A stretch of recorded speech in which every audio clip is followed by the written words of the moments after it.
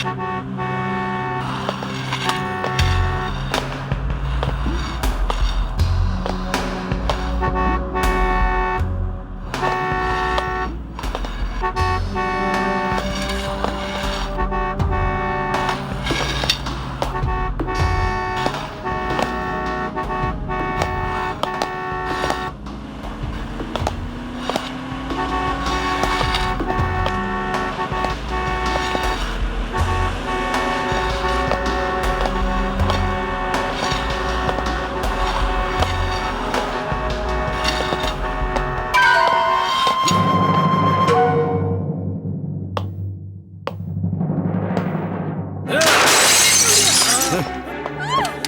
बाहर, तू लोग निकल बाहर। क्या चाहत बाड़ा तू लोग?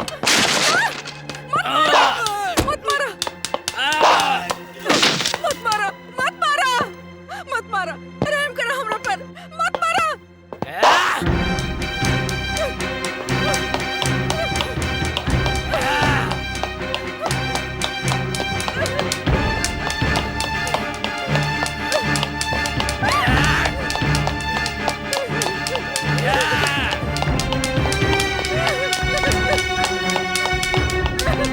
रुक जा।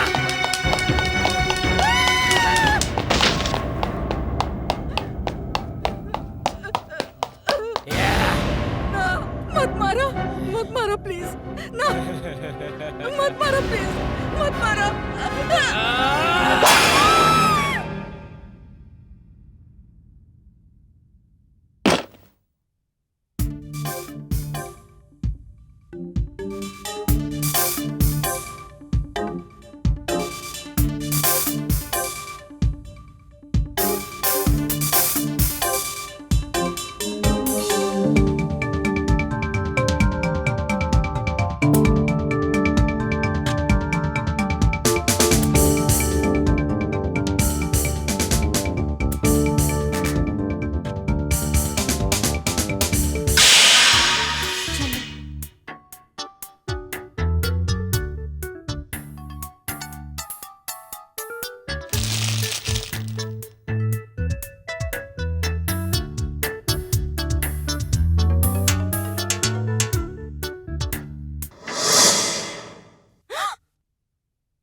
अरे पापा रहुआ हाँ हम ही।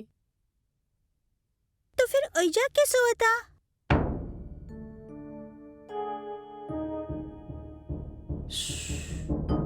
हम देखा था नहीं।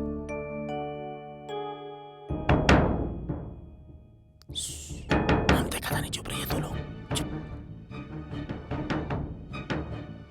हम देखा था नहीं। अरे अही तो तकिया अंकल वाले।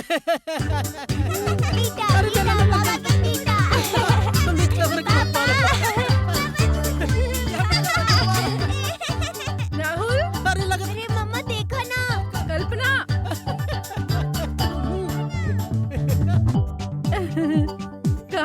का भइल? देखो ना पापा हमने की सारा प्लानिंग फेल कर देलन। तू तो बेवकूफ है बाड़ू। तोके प्लानिंग करे के रहे तो शाम के करे के चाहिए।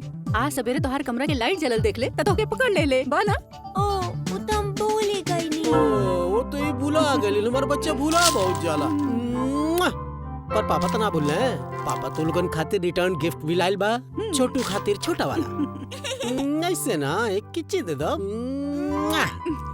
Now this is for you and this is for you.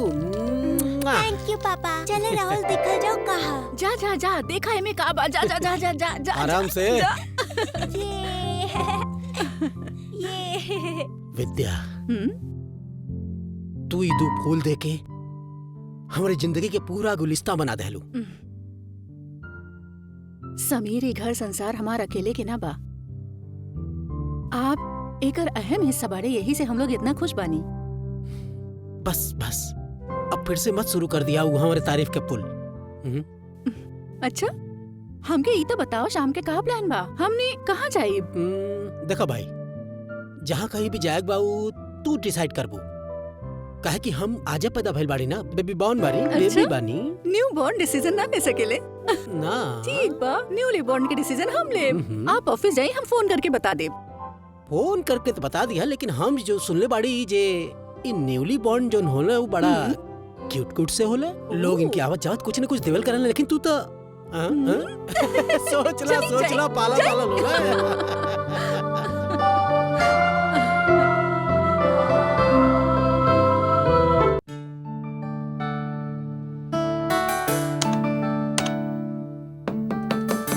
Come on.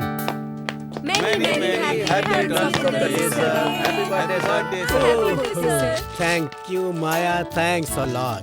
बाकी सब लाने के कहाँ जरूरत रहे। Happy birthday sir. Thank you. Thank you. भाई आप लोग तो बहुत कुछ लेंगे हैं? कहाँ रखी रखे यहाँ रखा था नहीं। Happy birthday sir. Thank you. Thanks. Happy birthday sir. Thank you. सर हाँ? पूरा स्टाफ और अपन तरफ से एगो रिक्वेस्ट कर सके नी? हाँ बोलो ना, का बात बा? सर आपके जन्मदिन के खुशी में हमने एगो छोटा सा पार्टी रखनी है शाम के, तो अगर आप थोड़ा सा वक्त निकाल के आ जाए तो। माया वैसे तो कोनो बात नहीं के, लेकिन हम सोच रहे कि आज शाम अपने वाइफ और बच्चा के साथ दिन गुजारा बस। सर ये एगो दिन होखेला जब हमने अपन खुशी आपके साथ शेयर करेनी। अगर आप मैडम और लइकन संगे पार्टी में शामिल हो जी तो हमने के बड़ा खुशी मिली सर। सर प्लीज ना मत करिए ना, प्लीज सर प्लीज। अच्छा, हम एक काम कर बनी कि हम शाम के वाइफ के साथ आपके यहाँ आ जाए, ठीक है? बट बच्चन के ना ला पाए, बहुत लेट नाइट हो जाए, वो लोग जाग ना पाई हैं। सर हमने खातिर का एक कम खुशी के बात है कि आप अपन वाइफ के लेके हमने के पार्टी में शरीक होखा। थैंक यू सो मच सर। तो सर फिर फाइनल आज रात 9 बजे, ओके सर? या thank you so much sir. Bye, see you in the evening. Bye. Thank you sir. Thank you by.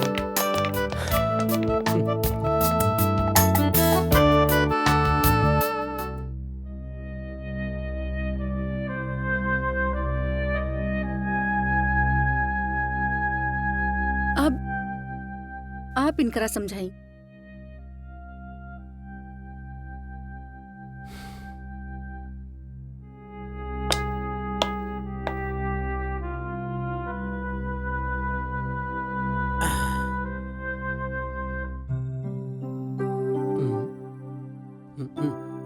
बहुत नाराज बा हमार बच्चा। दिस इज नॉट फेयर पापा। I know baby. राहुल हेने आवा हमार बच्चा। बेटा देखा, जैसे तोहार फ्रेंड तोहरा के पार्टी देले,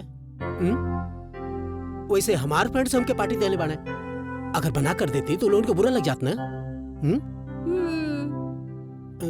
बट हम एक प्रॉमिस करता नहीं तू लोगन से। बोला।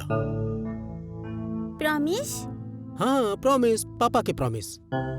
और प्रॉमिस वो बा, और नेक्स्ट वीक तक पापा और मम्मा तू लोगन के ले जाके पंचगनी घुमाइए, पिकनिक मनावल जाए, एंजॉय कल जाए। बोला प्रॉमिस? हाँ पक्का प्रॉमिस, पक्का प्रॉमिस। अब तक खुश हो जा। और बेटा हेने आवा, हमके आवे में थोड़ा देर हो जाई। तू लोग खाना खा लिया, असूत जइहा। तक करा प्रॉमिस? पक्का promise. Good. Martha? Yes madam. Martha सुना, देख लिया ये लोग ठीक से खाना खा ले, असूत जाएं। डोंट वरी मैडम, हम कबो आपके शिकायत की मौका देनी है ना। देखा, मार्था के तंग मत करिहा। अब हमने जाए। हाँ। Good night.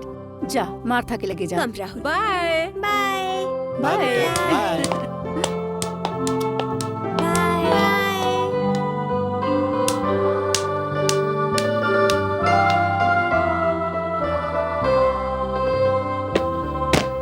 सुना विद्या, कम से कम बच्चा तो मान गेला। माया के फोन कर देता नहीं। हाँ माया, हाँ बस हमने 15-20 मिनट में पहुंचा था नहीं। हाँ आओ तनी।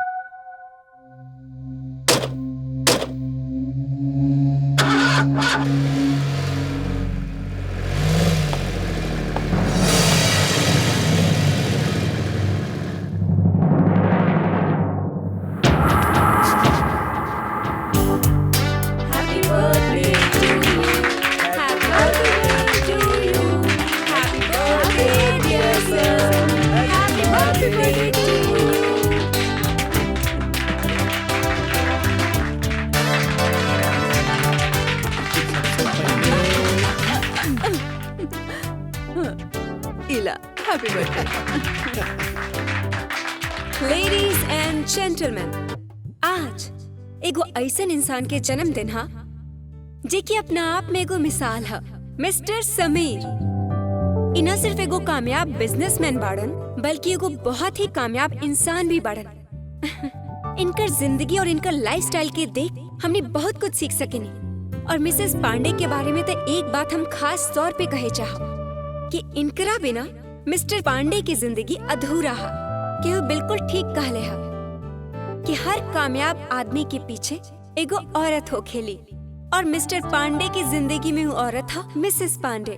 मिस्टर और मिसेस पांडे एगो आइडियल कपल बाड़न। आज मिस्टर पांडे के जन्मदिन के अवसर पर वो हमनी के दावत के कबूल करके हमनी के जे इज्जत दिले बाड़न ओके खातिर हम राहुल एंटरप्राइजेस के पूरा स्टाफ के तरफ से आपके बहुत बहुत शुक्रिया अदा करल चाहब। और अब हम आपसे दरखास्त करब कि आप मंच पर आएं और हमनी से दुगो शब्द कही। Please sir. Mister Sameer Pandey.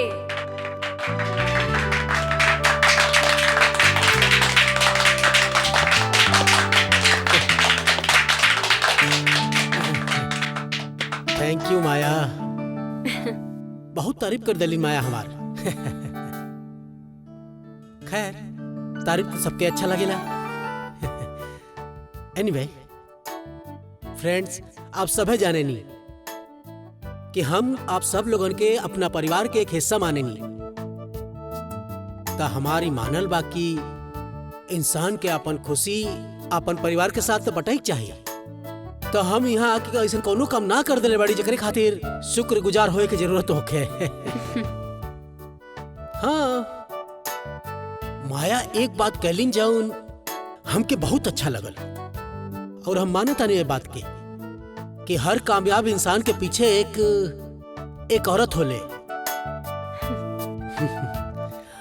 हम पूरा तरह से ये बात से सहमत बानी। काहे कि आज जौन कुछ भी बानी ओकरा पीछे सिर्फ और सिर्फ एक औरत के हाथ बा और वह है हमार पत्नी विद्या।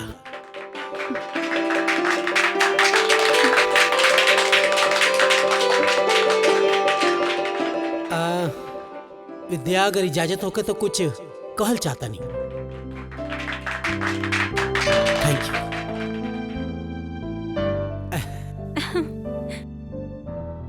मंगले रानी हम तोहरा से मोहब्बत के जिंदगी, तू तो जिंदगी के मोहब्बत बना देलू।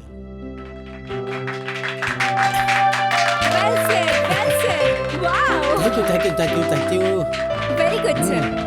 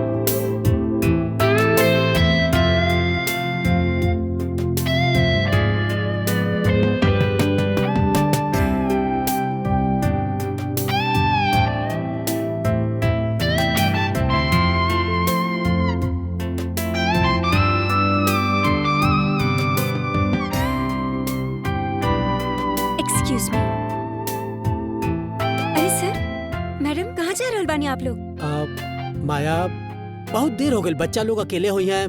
नो सर। माया प्लीज तू लोग एंजॉय करो ना, वैसे भी कल संडे बा, कोनो जल्दी बाना। हाँ okay sir. Bye bye sir. Happy birthday. Thanks. Bye bye. Good night.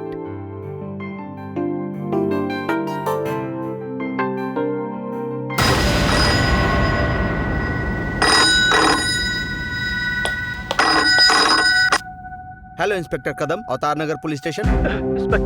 Inspector please हमारी मदद करी। क्या बानी आप? कहाँ से बोलत बानी? हम मुलुंड नाका से बोलत आनी। कुछ बदमाश हमारे बेबी को मारा था, प्लीज बचा ले उनके। Hello hello hello Pawar, Meena Patil, Wagle, come on, हमारा साथे चला जल्दी।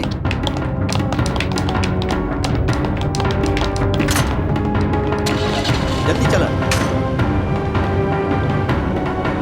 चला।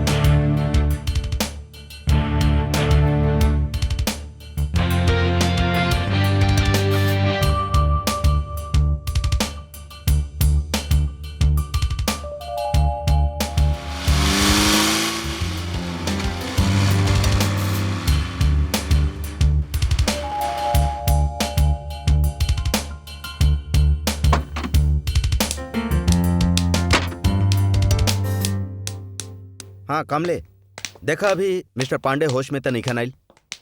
हाँ होश में होते हम उनकर बयान ले ले। ना ना हम रिपोर्ट करत बानी वहाँ पहुँच के। ओके। एक्सक्यूज मी इंस्पेक्टर कदम। हाँ अब आप ही हमके फोन करके बुले ले रहनी। राइट। और आप मिस माया भंसाली। हाँ लेकिन बात कहा। देखिए मिस माया, हमरा आपके नंबर ही मोबाइल से मिलल बा। इता हमार बॉस समीर के मोबाइल है, समीर पांडे के। आपके कहाँ से मिलल? देखिए मिस्टर समीर के हम बहुत क्रिटिकल कंडीशन में यहाँ लेके आइल बानी। हाँ? ये आप का कह रहल बानी? अभी तो थोड़ा देर पहले हमरे साथ पार्टी में रहलन।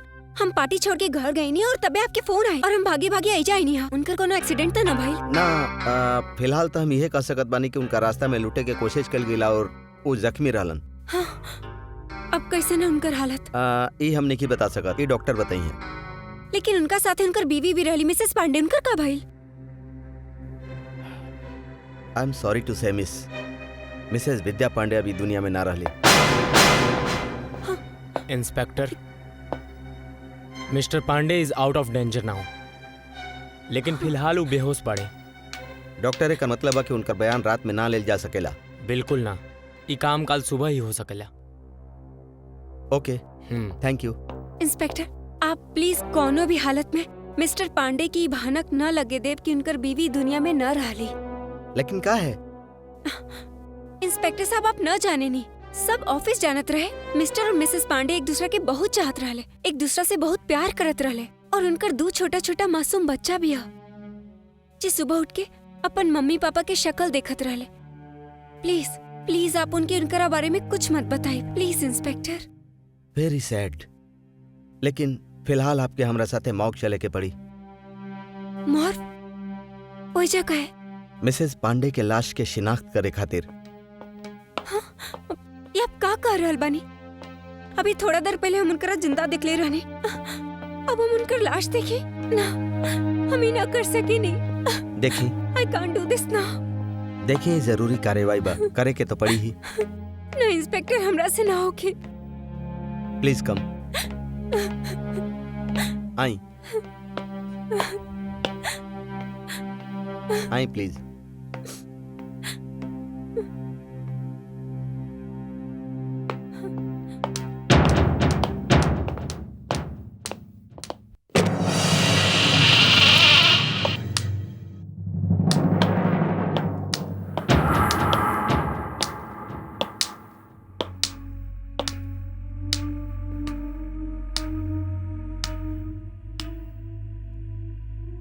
देखिए मिस माया, ना हम देखा था नहीं।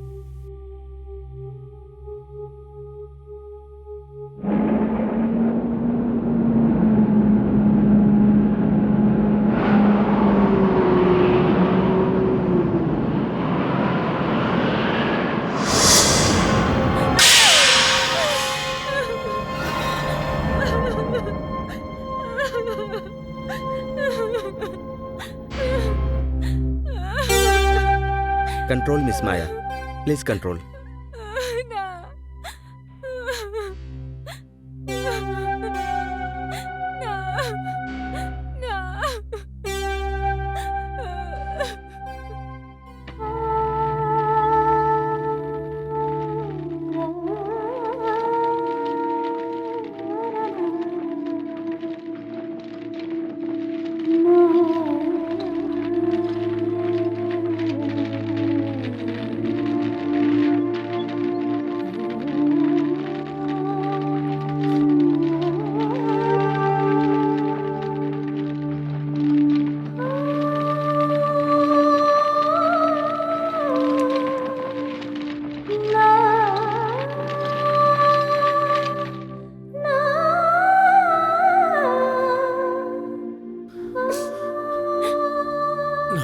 ना रोल ना जाला, रोल ना जाला।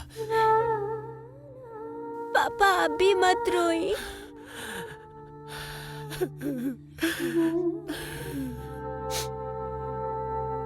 बेटा बेटा तार मम्मी तो चल गई बहुत दूर, बट आई प्रॉमिस यू हम तू दोनों के मम्मा और पापा के दोनों के प्यार दे। I promise you.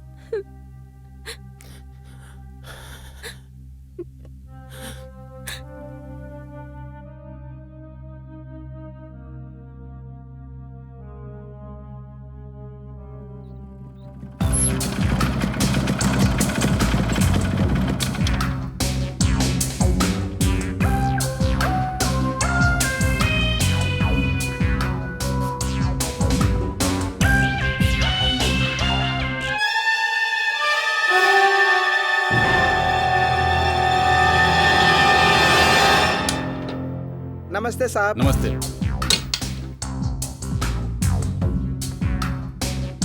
Morning. Good morning. Good morning sir. Morning. Good morning sir. मैं coming sir? Yes please come in. Please sit down. Thank you sir. Sanjay Mrs Pandey के फाइल बा जौन उनकर मौत के बाद मिस्टर पांडे की मिलल, and he is our very good friend. जी।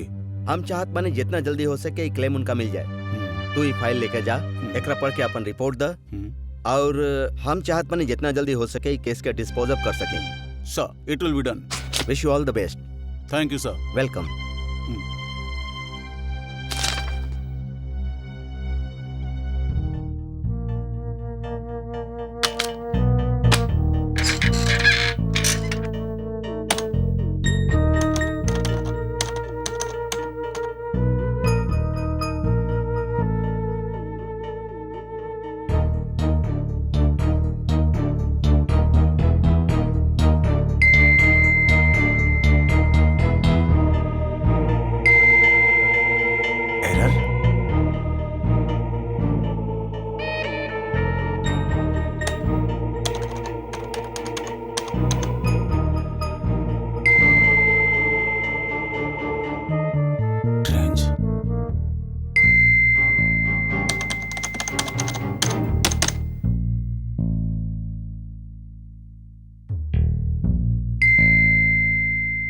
David.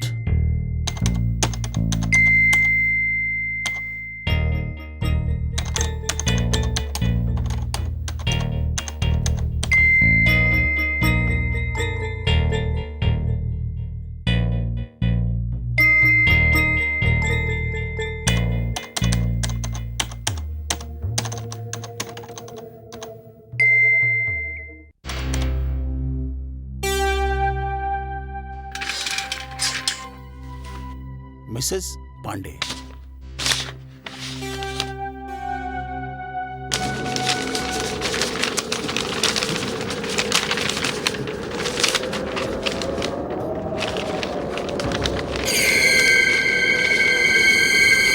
क्या हम पूछे तो नहीं क्या?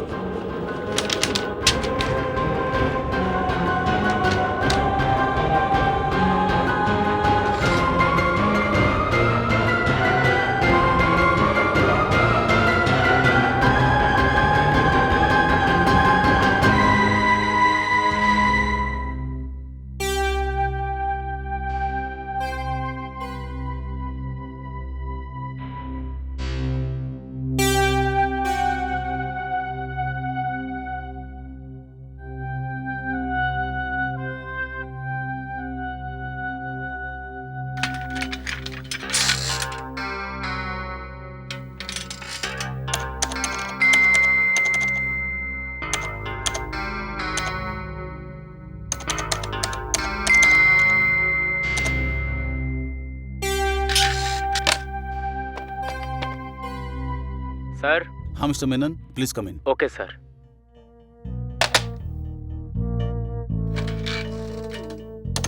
मे आई कम इन सर? हाँ मेनन साहब, ये कंप्यूटर काम लिखेगा। Please have a seat. जी सर।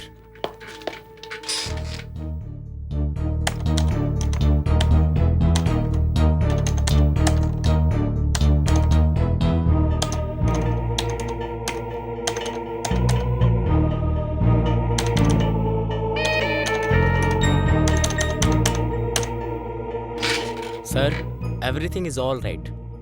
ए में तो कोनो प्रॉब्लम ही नहीं है। ओके यू मे गो। ओके सर।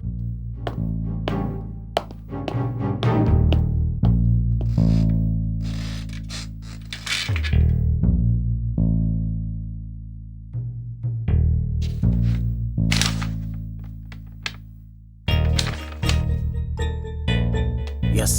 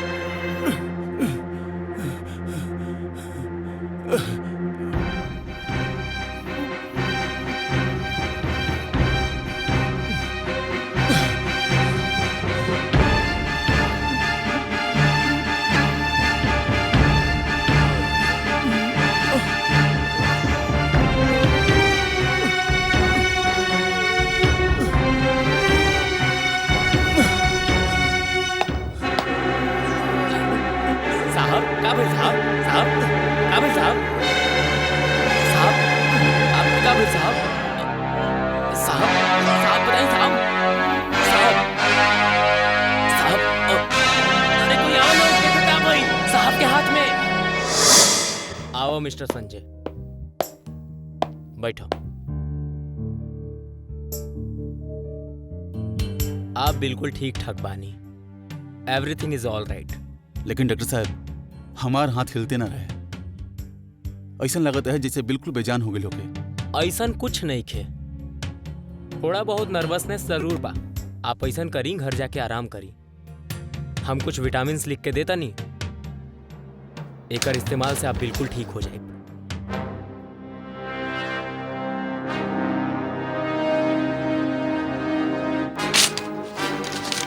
ली। थैंक यू डॉक्टर साहब।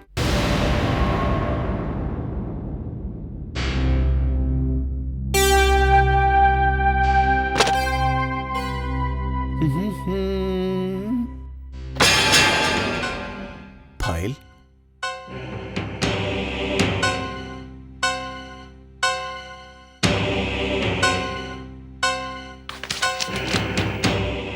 मिसेज पांडे,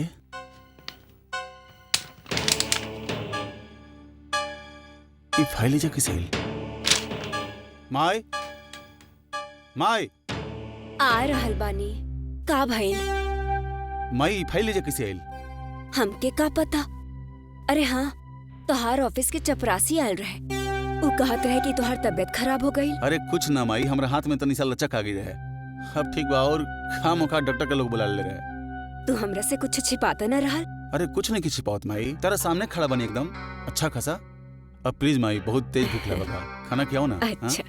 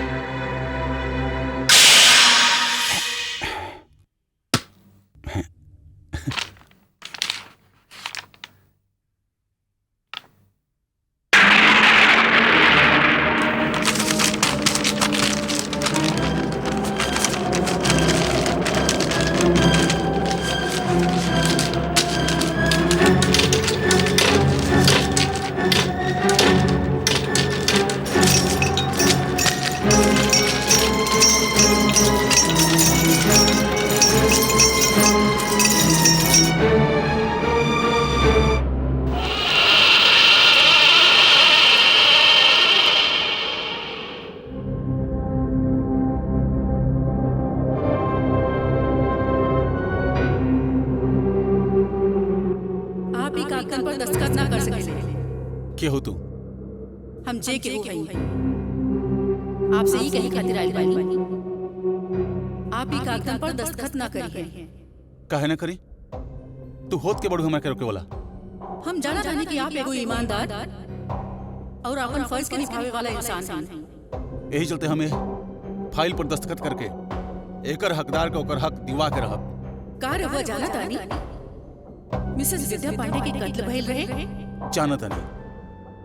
यही चलते हम समीर पांडे के ओकर हक दिलवा के रहब। ये जानले बिना कि विद्या पांडे के कत्ल के कैलस? कोई भी होके, लेकिन ये बतावा कि तू के हो?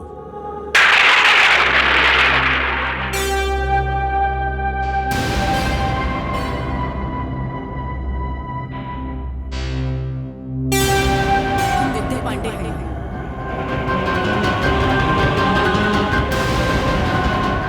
और हम ही जाने कि हमार कातिल के बा।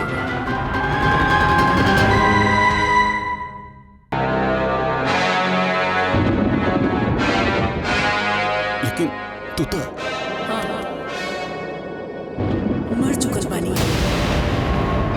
हमार शरीर के जलावल जा चुकल बा, बाकी आत्मा के केहू न जला सके। आत्मा? डरी मत, हम आपके कोई नुकसान ना पहुंचाई। हमार शिकायत, हमार लड़ाई आपसे ना, बल्कि उससे बा जे हमार कत्ल कैले बा। इस सच्चाई के केहू न जानेला के कैले हमार कत्ल और कैसे। वो रात हम समीर के बर्थडे पार्टी से वापस आई।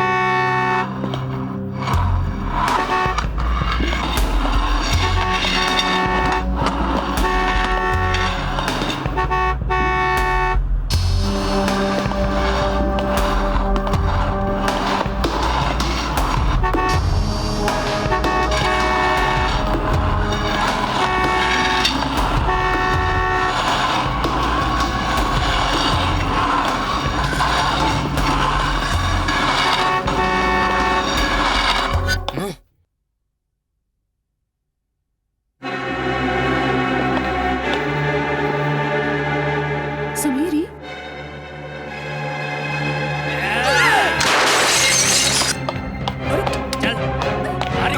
का बड़ा तू लोग?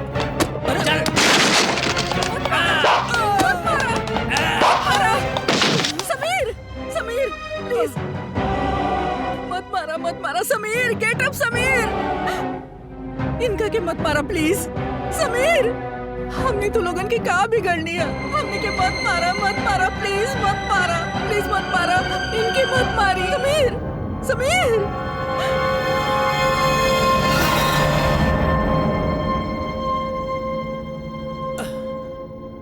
सॉरी बेबी, ई तारा ऊपर राम ना कर सकेले। बहुत पैसा खर्च कैले बानी हम। का? खुद के थोड़ा कम और तारा के जान से मरवावे खातिर। का? हाँ, sorry baby, you have to die. Sameer, ये सब तू कहला? हाँ बेबी।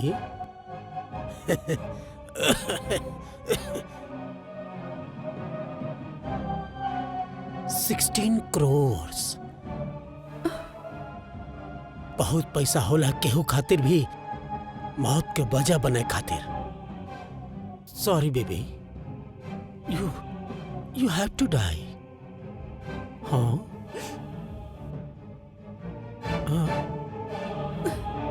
समीर, तू हमसे झूठ बोल ले।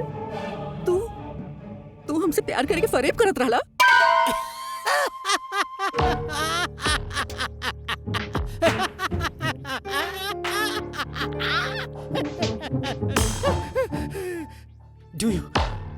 Do you थिंक हम कबू तारा से प्यार कैले रहली? हाँ? हैं?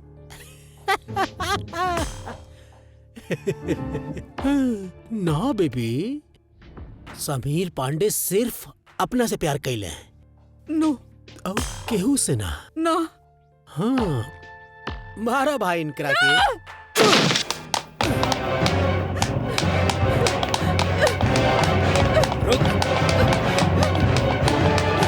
रुक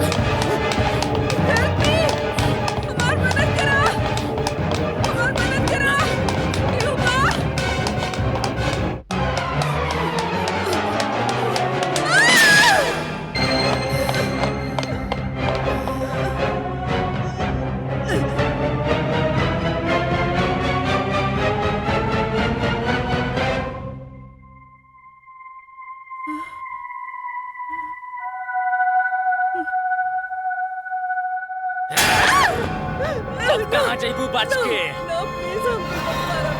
नो नो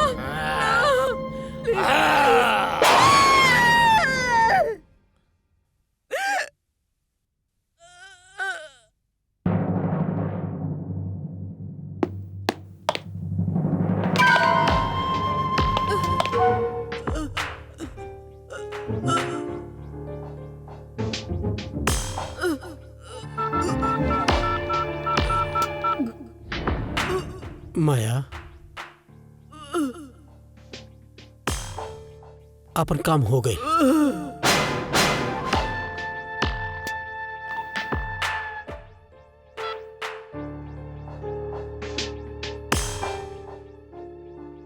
एके उठा के कार के पास लेके आवा। ये सच्चाई बा, ये हकीकत बा। समीर हमार प्यार के, हमार विश्वास के धोखा देके हमार जान ले ले। और अब तक सब कुछ ओकरा खातिर पैसा बा। का आप जाने ले, इंश्योरेंस के 16 करोड़ मिल गईला के बाद वो माया से शादी कर ली है। हमार बच्चन खातिर सौतेली माँ नहीं है। हमार बच्चा लोग सुरक्षित नहीं के। पैसा मिल गए के बाद माया समीर के साथ मिलके हमार बच्चन की जान ले ले। हमार मदद करा प्लीज, हमार मदद करा प्लीज, हमार मदद कर दी। हमार बच्चन की जान बचा ली प्लीज। हमके इंसाफ दिलाई प्लीज। हम जाना तानी आप हमार मदद कर सकेले प्लीज प्लीज। हाँ विद्या, हम तार मदद करब, तारा के इंसाफ दिलवाई। ये हमार फर्जी ना, हमार धर्म भी बा, हमार ड्यूटी है।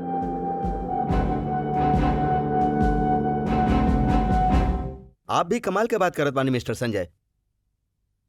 अरे हम पूरा तहकीकात के लिए बानी हादसा के, और मौका वारदात पर मिलल सबूत से तो यह जाहिर होत बा कि ये मामला राजनी के बा, और उहे बदमाश लोग मिसेज विद्या पांडे के कत्ल केलन और समीर पांडे के बुरा तरह से जख्मी करके भाग गईलन। इंस्पेक्टर साहब, ये पहला पहलू है, ये कहानी के दूसरा पहलू भी हो सकता। दूसर पहलू ऊ का बा? ये हादसा एगो साजिश हो सकता, कोनो खास मकसद के साथ रचल गई साजिश। तो फिर आप हमके ये भी बता दें कि साजिश रचे वाला के बा और ओकर मकसद का बा? इंस्पेक्टर साहब, अगर वह सारा पहलू पर गौर करनी तो ये साजिश समीर पांडे भी रच सकतान।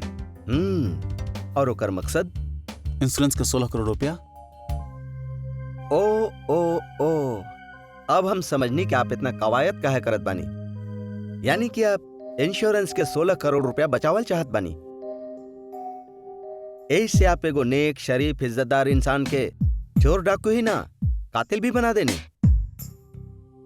और वो उनकर बीवी के, जकरा से उनकर मोहब्बत जग जाहिर बा। मिस्टर संजय, आप जानल चाहत बानी कि मिस्टर समीर पांडे का बाड़े? जी। अच्छा, तो चली हमरा साथे।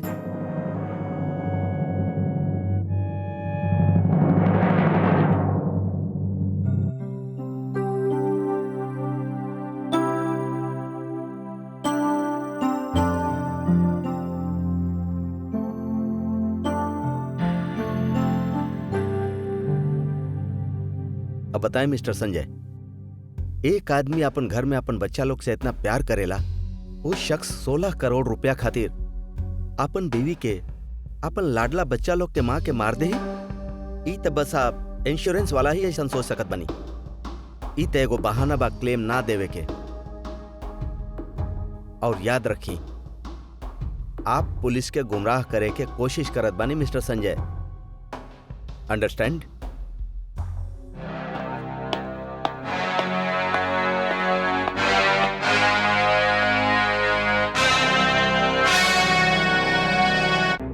विद्या हम अपने देख क्या होता नहीं कि समीर अपन लेखन के कितना प्यार करलन, और ये सब देख के पुलिस तो समीर पांडे के सराफत के गुण गावतिया। वो तो समीर के एगो सराफत के पुड़िया समझतिया, और वो माने खातिर हरगी तैयार नहीं खन की समीर पांडे इंश्योरेंस के 16 करोड़ हासिल करे खातिर तहार कत कैलक। वो हमार बात सुने खातिर तैयार नहीं खन। वो लोग हमनी के मदद दिखे के चाहत। ई साजिश बहुत गहरी बा, अब बहुत चालाकी से रचल गइल बा। आप खुदे सोची, जौन हमला में कातिल खुदे जख्मी भइल होखे और ओके बीवी मारल गइल होखे, ऊपर के ओके शक कैसे हो सकेला? पुलिस के भी यही से शक ना भइल होखे। शक तो आपके भी ना भइल रहे। अगर हम ना आइल होती तब तक क्लेम के पैसा आप ओके दे देते। तो क्या करे के चाहिए?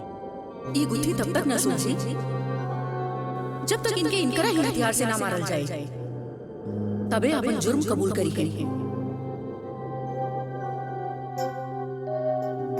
बेवकूफ दुनिया, तोहरा के कुछ नहीं मालूम। कितना स्मार्ट बाड़े थे समीर पांडे। कितना प्यार से तोरा के 16 करोड़ रुपया मिल जाए।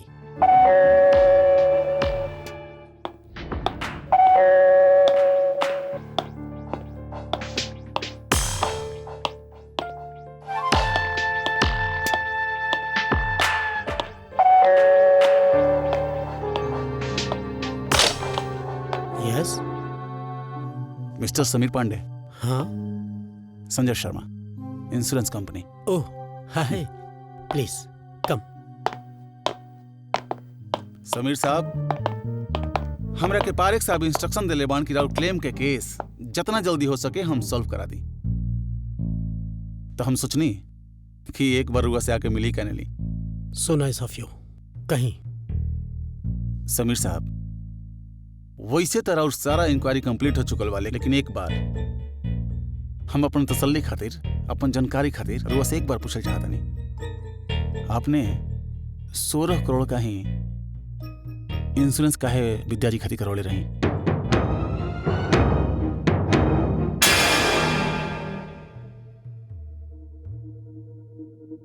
संजय, बीतल दिन में जाके बहुत तकलीफ होला हमके,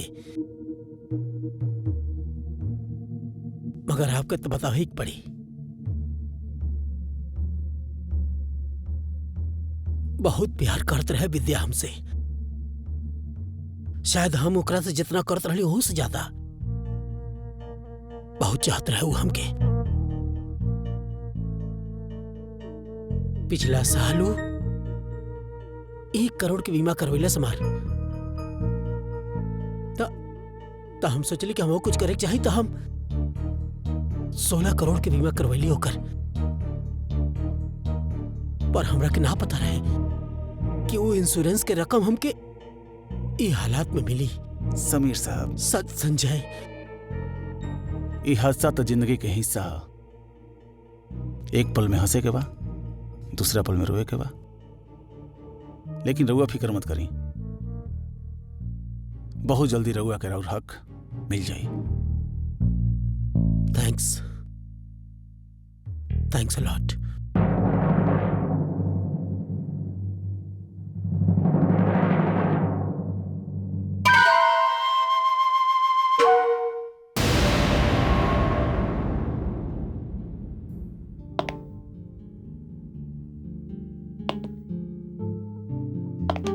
इंटरेस्टिंग। एक्सक्यूज मी, यस, हम आपकी पहचानी ना? संजय। माया। माया, हम इंश्योरेंस कंपनी से आइल बनी। दरअसल माया, हम मिस्टर समीर पांडे के 16 करोड़ के इंश्योरेंस के क्लेम हैंडल करतनी। मिस माया, हम एगो फॉर्मल इंक्वायरी खातिर आइल बनी। इंक्वायरी? मिस माया, जौना रात विद्या पांडे के कत्ल भइल, मिस्टर समीर पांडे पुलिस के फोन कैला के बाद आपके फोन कैले बड़न। का बात कैले रहन आपसे? हाँ, फोन तो कैले रहलनु, लेकिन बात ना हो पाई। अब हेलो हेलो कहनी और फिर फोन कट गई। अच्छा, सिर्फ हेलो? हाँ। Thank you for information. Sorry to disturb you. It's okay. Bye bye. Bye. Maya, एक बात हमरा बुझात नहीं है। अगर हेलो लो कहे में और फोन कट गई, डिस्कनेक्ट हो गई, तो ड्यूरेशन 2.5 मिनट कैसे हो गई?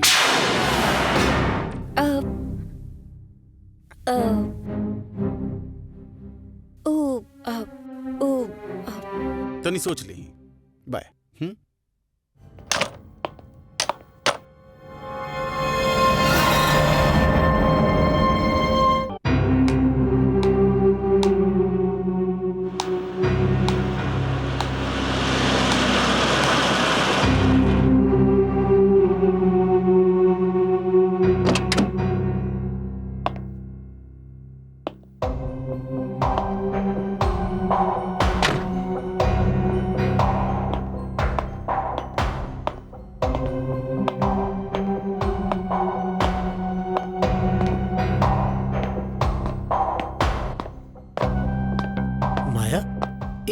तू हमरा के यहाँ काहे बुलाइलू? अरे वो इंश्योरेंस ऑफिसर संजय हमार घर आयल रहे।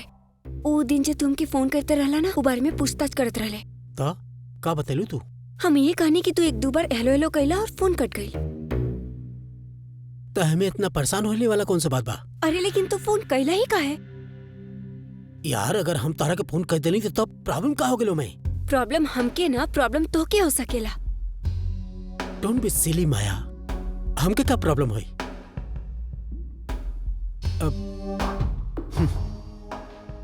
एक बार 16 करोड़ का क्लेम सेटल हो जाए, ओकरा बाद सारा प्रॉब्लम खुद ब खुद सॉल्व हो जाई। हाँ, हमरा के कभी फिक्र होला तो अपन बच्चन के। हमें को सलाह दी। हमार माना था उनकर भी इंश्योरेंस करवाला। का? अब हमको ना और मकसद से ना कह रहल बानी, हम तब बस उनकर फ्यूचर खातिर कहत रहनी।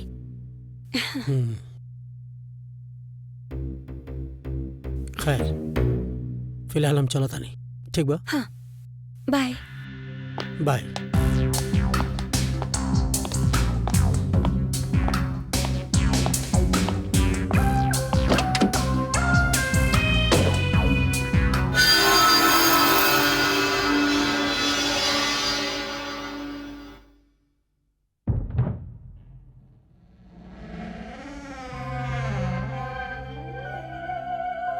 विद्या, कहाँ पहुँचनी आप? विद्या, हम क्लेम तभी रोकवा सकते नहीं जब असली कातिल पकड़ल जाए, हकीकत सामने आ जाए। असली कातिल केटा हमरा और समीर के अलावा केहू न जानेला। चला हमारे साथ।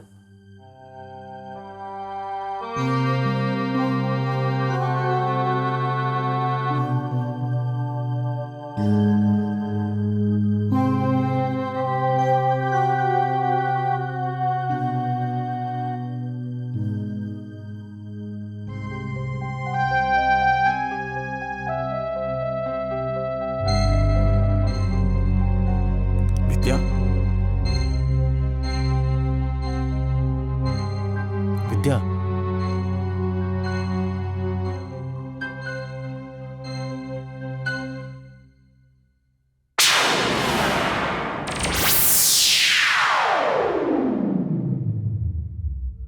ई कंप्यूटर में तू लोगन के देख सकेला।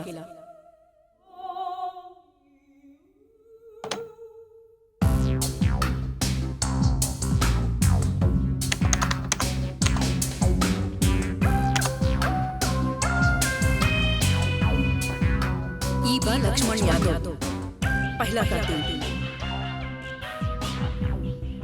आगे बढ़ा।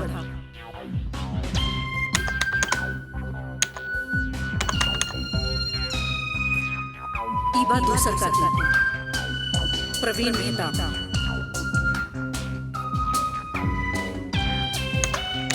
अब क्या करी? ये कैसे पकड़े हैं सर?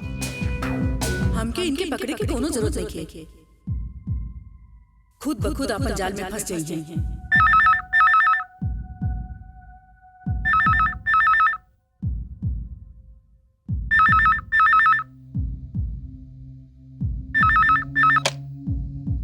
हेलो समीर साहब, हाँ बोला था नहीं आपके।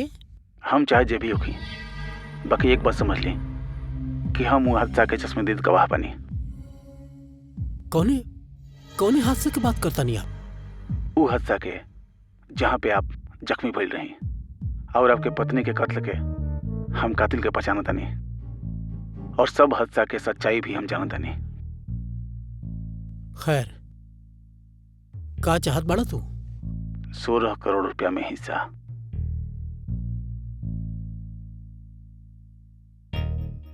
देखा तू जे क्यों बाड़ा, एक बात बहुत अच्छा तरीके से समझ ला कि तू हमार कुछ ना बिगाड़ सकेला। No is that here to you. ठीक बा, तो हम वो हादसा वाला जगह पर पहुंचा तनी। तू आ गिला तो ठीक, ना आइला तब भी ठीक। हेलो हल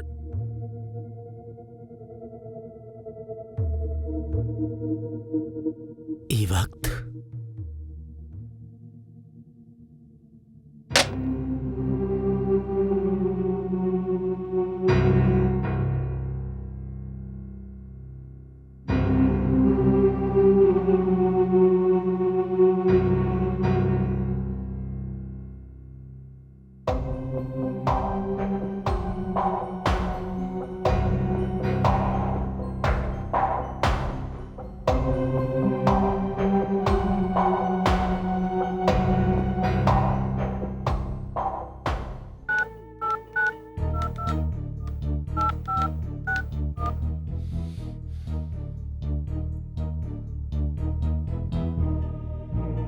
मुन्ना। अरे समीर साहब, ई का अभी तक आप हमनी कमाल ना देनी? यही खातिर फोन कर ले बाड़ी हम तो के। अरे समीर साहब, आप गुस्सा मत करी, बस आप हुक्म करी। और सुना, वही तरह के एक काम और करे बा। अच्छा, रकम दुगना देब हम तोहरा के। अच्छा ठीक बा समीर साहब। हाँ।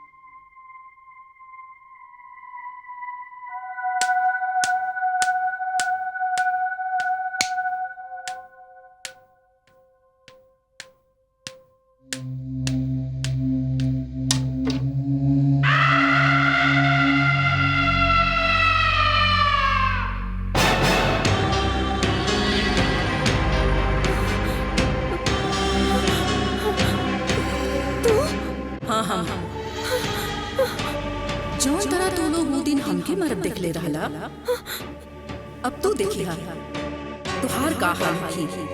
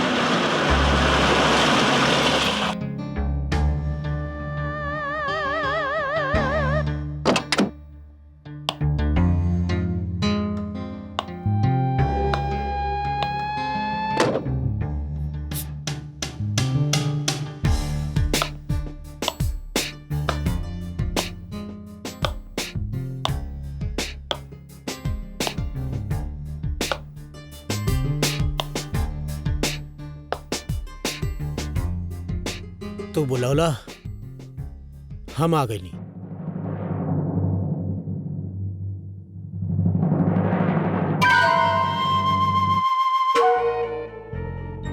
संजय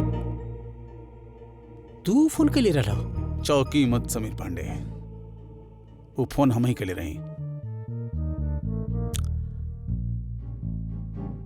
वो हादसा के बारे में तोहरा कैसे पता बा? भले वो हादसा के समय हम उजा मौजूद ना रही, लेकिन तारा खिलाफ कत्ल के सब सबूत हमारा पास मौजूद बा। और हाँ, तोहर क्लेम के केस भी तो हमरे पास बा। और अगर ऐसे में सारा सबूत हम पुलिस में ना ना, तू ऐसा कुछ ना करवा संजय। या ई समझला कि हम तारा के कुछ करे ना दे। एक गलतफहमी में मत रहा ना समीर पांडे। हमरा के कोनो गलतफहमी ना भइल बा संजय। गलतफहमी तारा के हो गइल बा। Yeah I mean it, because you underestimated Sameer Pandey.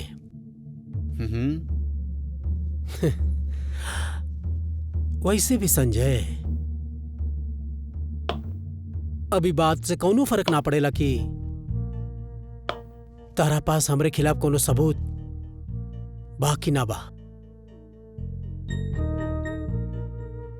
फर्क पड़ेला तो ई बात से कि तू उस हादसा के बारे में बहुत कुछ जान गेल बड़ा।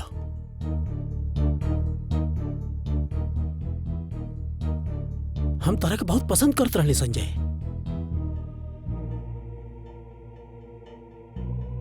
बट अब ना, इतना कुछ जानला के बाद तो तारा के मरा ही पड़ी। You have to die.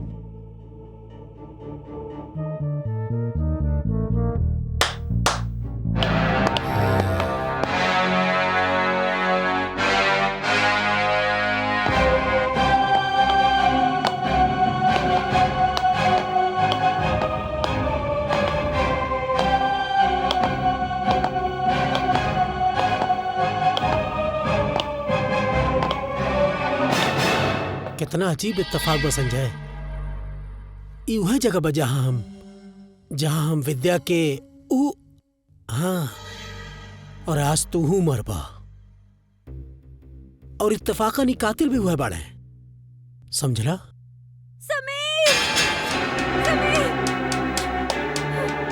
Sameer! अरे तू समीर! माया तू यहाँ का करता रू? समीर मुके देखनी समीर। केकरा के देखलू? वापस आ गई समीर, वापस क्या आ हुआ? गई। वापस आ गइल बा? विद्या समीर वापस आ गई। तू पागल हो गइल बाड़ू का? ना समीर मुके अपन आँख से देख माया लिया। माया माया माया प्लीज हमार विश्वास कर। माया, हमरा के समझने की कोशिश करा। विद्या मर चुकल बिया ना। और मरा लोग वापस ना आवेला। ई सब ई संजय के फैलावल जाल बा। मगर तू फिक्र ना करा, आज हम इस संजय के सारा इंतजाम कर देले बानी। आज हम तारा के वो जगह भेजब जहां से कबू वापस ना आ पाइबो।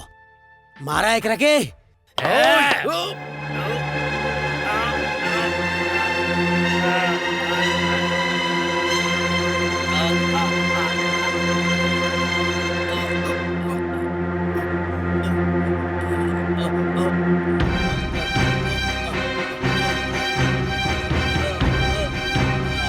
अरे भाई का देखत का बड़ा मारा एकरा के।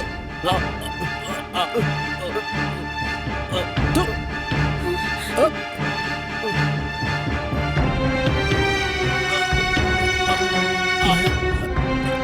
का करता ले बारह ओकरे के।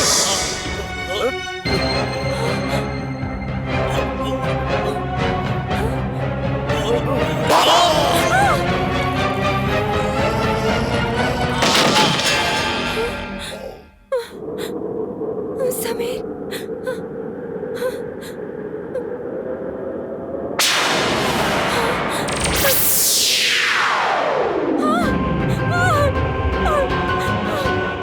काले रानी ना।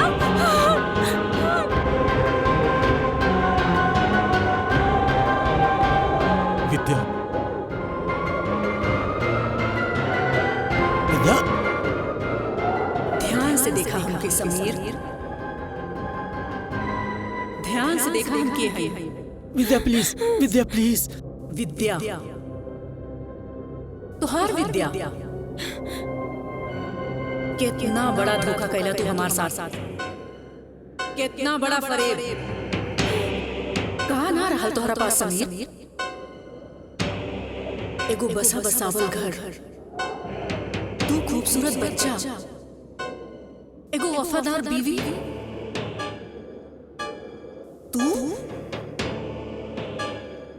तू 16 करोड़ रुपया खातिर, सिर्फ 16 करोड़ रुपया खातिर हमार जान ले लेला। तू ही बतावा का करी हम तोहरा साथ, का सजा दी तुमके, बोला। Vidya, Vidya, Vidya please, please, I am sorry Vidya, Vidya please, please, please हमरा से गलती हो गई, हमरा के माफ कर दो। कुछ ना बा कहे खातिर तोहरा पास,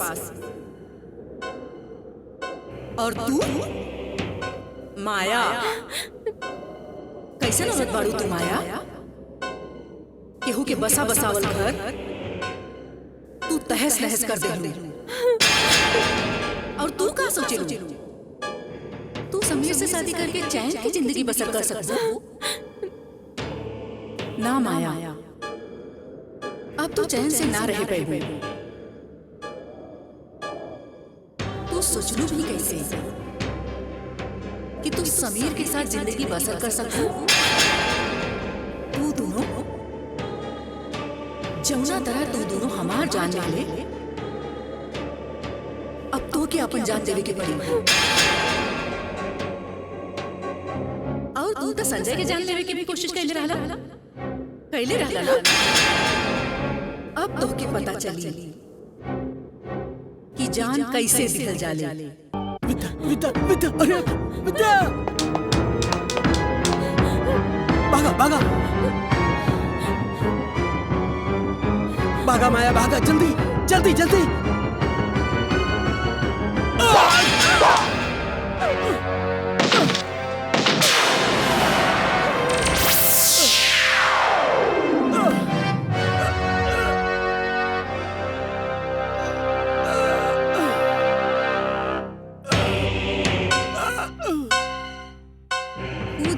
ये तरह के मंजर रहे,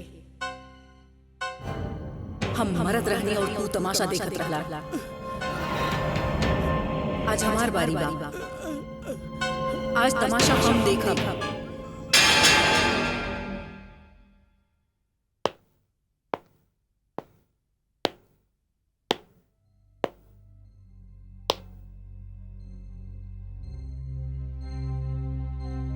ये दोनों अपन अंजाम तक पहुंच गए। हम बहुत शुक्रगुजार बानी आपके।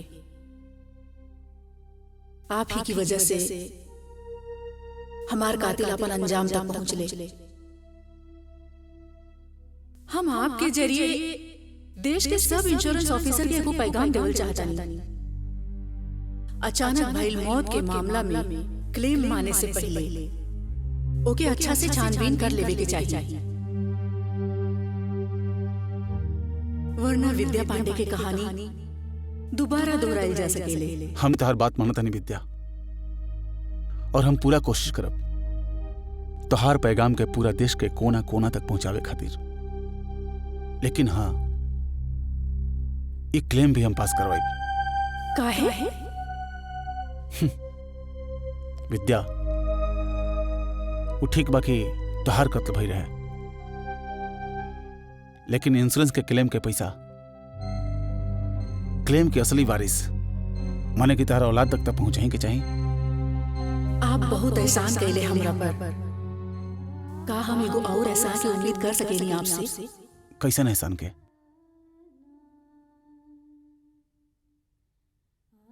आप हमार बच्चा के देखभाल करी।